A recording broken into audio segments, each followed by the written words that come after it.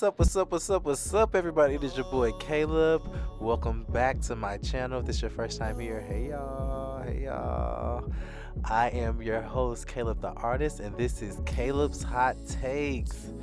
Today, we got some juicy things to talk about. But before we get into that, I am a singer, songwriter, producer, vocal arranger. You can check out all of my music in the description, or it can take you to Caleb the Artist if you scan that QR code. Also, sorry about that. Also, I have Caleb the Artist merch in the description. You want to check me out and buy some merch? I would truly appreciate that. I appreciate that. Also, I do readings, general readings.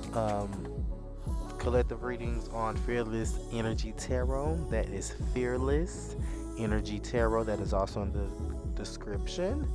And if you guys feel called to tip or donate towards my channel, that is also in the description. I think that's it, y'all. That's all I can think about. Yeah, I think that's it. Yes, y'all. Make sure y'all like, comment, subscribe to Caleb's Hot Takes. On this channel, we talk about all things current news, all pop culture news, reality TV. I get into talk about music, business things. Maybe we're gonna add that in there. But today, we're going to be breaking down episode 2 of the Real Housewives of Salt Lake City, season 5. Yes, y'all, like I said, I am your host, Caleb the Artist. And if you thought last week was messy, just wait until we unpack this one, okay? We got sit down dinners that didn't go well.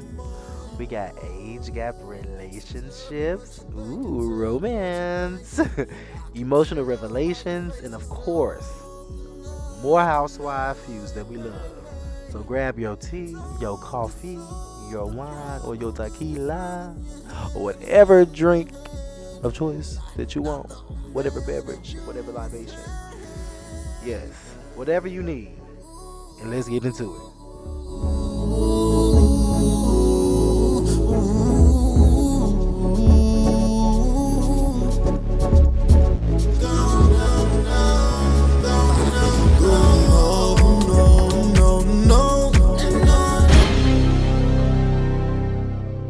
All right, so let's start with the dinner.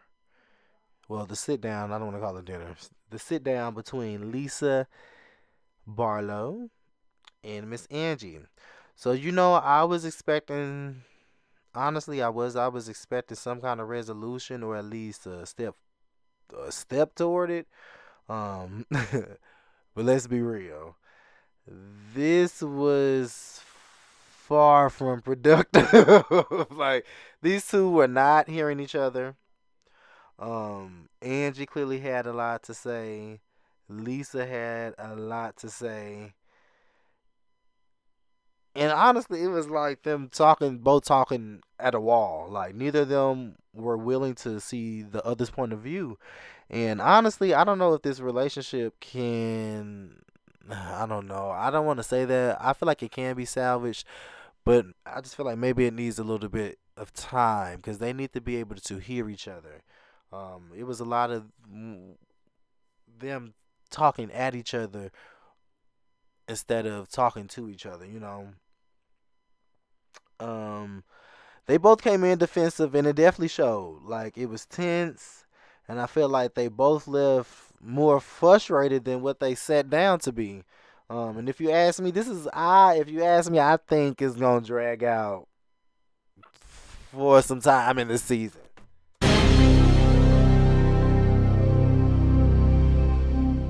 Now, I want to get into this car ride with Heather. We got Lisa, and we have Brown. Brown. Oh my God, I don't like messing up people's names. Like, and her name is so easy to say, but I don't know why every time I record, I act like I don't know this girl name. I'm sorry. It. I promise you, this is no disrespect. I'm going to get your name. Is it Brown? Brown. I know it's Brown, but I feel like you don't put a lot of emphasis on the. I'm going into a whole breakdown. Y'all, this is really bothering me. Like, cause I don't like when people. I have a simple name, but still, I don't like messing up people's names. I really don't. Y'all, if you hear this girl, I promise it's no disrespect. I'm gonna get your name together. But this thing was very, actually, pretty interesting. Um, Brownman felt like I don't.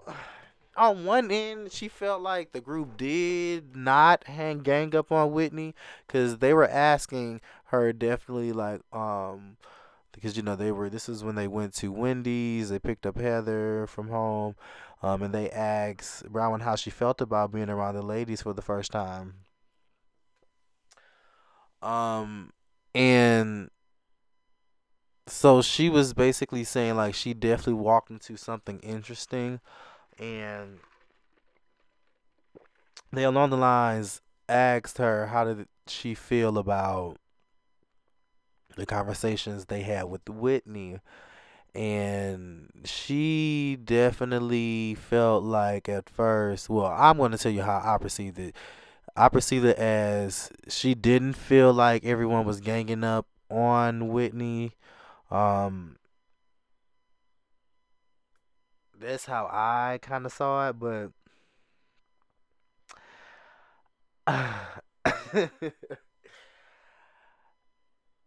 and I'm honestly, respectfully, I'm gonna disagree because I feel like they did, or maybe that's just how it was edited. But I do feel like it was kind of like what Karen Huger calls it, a gangbang, like where this person, they're just everybody is just ganging up and use this person and that person and this person and that person. Um, and I kind of feel bad for Whitney in that moment, but she when she stood up and you want to see the healed Whitney? F you, Lisa Barlow. That had me weak. He said, yeah. So that I mean, I felt like Whitney stood up for herself, which I like. She was like, "I'm gonna get y'all up off of me." But I'm going to say yes, the dinner was intense, but it felt like it was more about everyone airing out their grievances yeah, rather than directly attacking Whitney. But I think Brown just felt overwhelmed on how many people were talking at once, and it's reality TV. Things get edited to look like they're happening closer together, so it's probably felt more heated than it was. Right. So speaking of Whitney, let's talk about how her and Heather met up at this metaphysical store called Crystal Journey. Now, Whitney still feels like she was ganged up on at the dinner, which I agree with. And she believes that Heather didn't really have her back. Um, now Heather, bless her heart. She seems so over it. She does. She seems so over it. And she's at the point where she's like, I'm not getting in the middle of this anymore. And I can understand that as well. But Whitney wanted Heather to be more vocal and standing up for her, but Heather wasn't feeling that, right? And they kind of agreed to disagree, but you can still tell that there's tension there, most definitely. Okay, now on to one of my favorite scenes on this episode is Meredith and her husband, Seth. And at their private cooking class, I really, really love this scene. I did. They made a traditional Jewish meal, and I just love seeing Meredith open up about her Jewish heritage. And she mentions how she didn't grow up deeply connected to it, but now wants to embrace it more as she's getting older, and that's a bit of a difference for her. But I loved it. Even talking about having a bar mitzvah, it's set up. I mean, you could see like the inner child in her like light up, and I really enjoyed that seeing that. Seth is and like her husband. I really loved seeing him love on her. Now I don't know how past seasons have been, but it looks like they have like a really beautiful connection with each other. Like they really love each other, and I love that. He is just such an emotional, mature guy, and I love it. I love seeing him be secure in his manhood to show his emotions, him crying, and supporting his wife and letting her know, well, reassuring her that he loves her and he supports her. I love that. You can really see how much he loves Meredith and how supportive he is for her. Man, this scene was honestly a breath of fresh air for me. And I love seeing couples on these shows who are genuinely in sync. Like, it really made me think of Married to Medicine. Like the couples on Married to Medicine, you can tell they really love each other. They respect each other. They honor each other. But I just love the real and the rawness, the authenticity of that scene. I really did.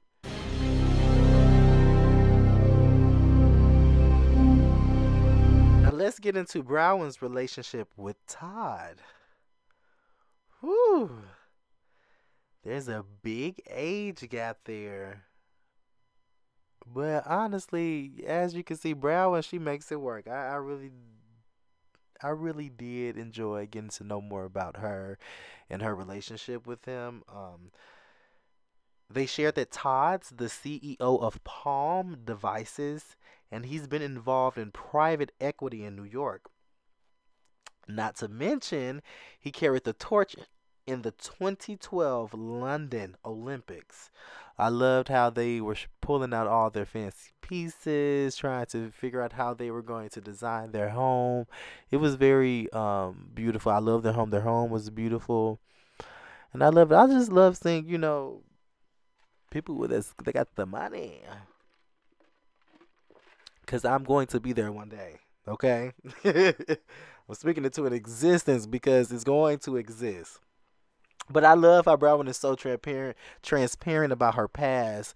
Um, there was an emotional moment where she shared that she has a daughter. Well, they don't have children together, but she shares that she has a daughter, and she had her when she was 19 outside of the marriage, like I just shared. And it's not something that we often see the housewives talk open about. And I respect her for putting it all out there. And then we got Angie and her husband, Sean. Now they're opening their 10th location of a hair salon, which is absolutely impressive. Number 10? Girl, teach me something. Because I honestly want to open a beauty shop. Like, not a beauty shop, but a beauty supply store, like a beauty supply. Because there's not a lot of black people that own beauty supplies. So that's another story for another day, but I think that's very impressive. It's clear that Angie's got her hustle game strong. I love that. But things aren't all smooth in the friendship department, okay? She definitely has some things to figure out, as far as her friendships, but she got it. I feel like Angie is a strong girl and she knows how to stand her own. But later on in the episode, we get when the ladies go. Did they go? I want to say skiing, but they didn't go skiing. They went zip lining. Zip lining, I think. Yeah. And things took a twist at the dinner table, at the lunch table. So Brittany started talking about like, yay, you guys! I'm so happy to let's do a toast. Let's do an announcement that my man, who I've been on and off and on and off and on and off and on and off and on and off and on and off and on and off again. Cause you said she done said they done broke up by 20 times, but she keep going back to him. So he posted a picture of them together in Costco and said, "This is my best friend." Now I was like, "Oh, best friend. This supposed to be your man." Like, if my, I mean, no, cause you know what you're doing. He knew what he was doing by saying that. Or were they married? I don't think she said they were married. So it's like, girl. So I was with Mary. Mary says, I really don't care. Mary pretty much, I love Mary because Mary is going to tell you the first thing that comes to her mind. Like, she's not going to think about what she says. She's going to say the first thing that just comes to her first thought and spit it out. And I love it because she's hilarious. Mary is my spirit animal. Like, I want to be more like Mary. But she's like, girl, why do you care? Why should we care? And Brittany's more like, that's rude. And Mary was like, no, what was rude is what you did the other day when you insinuated that I was poor.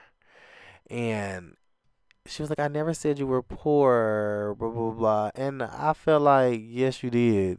Yes, you did. You were trying to make a moment out of something that's nothing to bond over. Like, this is just me. I'm sorry. I don't think any sane human being wants to bond over being poor. Like, hey, you were poor, I was poor, let's be friends so we can reminisce about the poor times. Like, no, we're not doing that. So I was there with Mary, so she checked her. She definitely checked her, which I felt like she needed to do. Then it went from Brown to Brittany when Brown was basically checking her like, girl, you tried to come for me in my fashions and you don't know nothing about no fashions. And yeah, and then it got to Brittany. She said Brittany was hot and wild. She came in hopping hot and wild, which I thought was hilarious. Brown is hilarious. I do like her. I feel like she is hilarious. Giving classic housewives. We live for the drama, cause I do. And then who else? Heather. Did Heather have something to say? I'm trying to think. I don't think she said nothing, but it was. No, so they all was pretty much saying like, "Girl, you look a fool." Like this, you saying y'all together, and this man posting you on Instagram and saying he your best friend. Like, no, that ain't something to be proud about. And so Brittany, she goes into a moment where she like, "Damn, bitch, y'all are telling the truth." Which she already knew the truth, but it's like she wanted them to be oblivious with her. And the girls was like, "No, baby, you need to look at what's really going on. Like, what Remy Ma say? Are you dumb? Are you dumb?" So yeah, so she goes into a more deeper moment where she's like, "Oh," and I don't. Let me just say this: I don't want to be insensitive to anyone's feelings, but she goes into the point where it's like, "Oh well." There's more deeper things going on with me. She didn't want to go deep into it, but she was like, "Yeah, I'm basically not talking to my daughters." And Mary was like, "How?" Like, Mary basically, but Mary told the truth. She was basically like, "Hey, you you trusting to tell us about." Well, Mary's like, girl, I don't know you, and I don't want to know you. To be honest, that's what it was given. But she was like, you telling me all your business, and you saying all of this, and I don't know you. And so it was kind of like a trigger for Mary, and it was a trigger for me too because I have issues with my mother, and it's always been like this for a long, long time, all my life. It's a deep story. So I definitely understood that and I connected with Mary and how she felt cuz I'm like, girl, I don't have children, so I can't really speak on that, but I know when I do have children, I wouldn't treat my children like I've been treated by my mother. So, And I'm not a woman either, so I can't speak on that. But I'm just saying, I'm gonna make sure my kids are well taken care of. There's never going to be any moments where we're not speaking. None of that. But I don't want to get deep into all of that. We're gonna keep this up and light. But I thought this was a good episode, coming from episode 1. Salt Lake City. I got my eyes on y'all. I got my eyes on y'all. I really love this. I really love this. Well, I can't say I love this franchise. I'm really enjoying this franchise right now. I want to see what y'all give, man, honey. So, what did we learn this episode? Whew. So, the housewives are definitely navigating old wounds, new business ventures, and personal relationships in typical Salt Lake City fashion.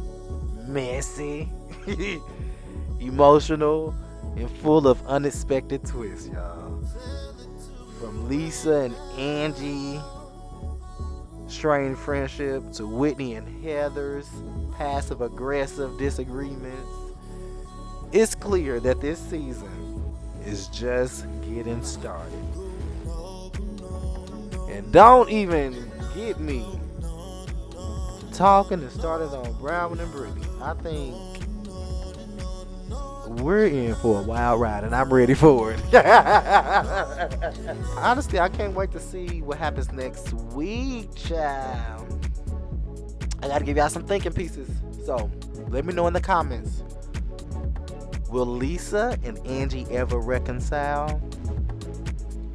Will Heather finally get some peace and quiet? And what else will Whitney stir up next? Be sure, y'all, to tune in next time for another episode of Caleb's Hot Takes. Will we break it all down? Thanks for listening, y'all, and don't forget to like, comment, subscribe, rate and review, share, repost, all those things, y'all. And don't forget to follow me on social media. Let's keep in touch. Give me y'all hot takes. Follow me at Caleb the Artist, Caleb's Hot Takes, Fearless Energy Tarot, all of those things. All right, y'all. I'll see y'all next time. Bye.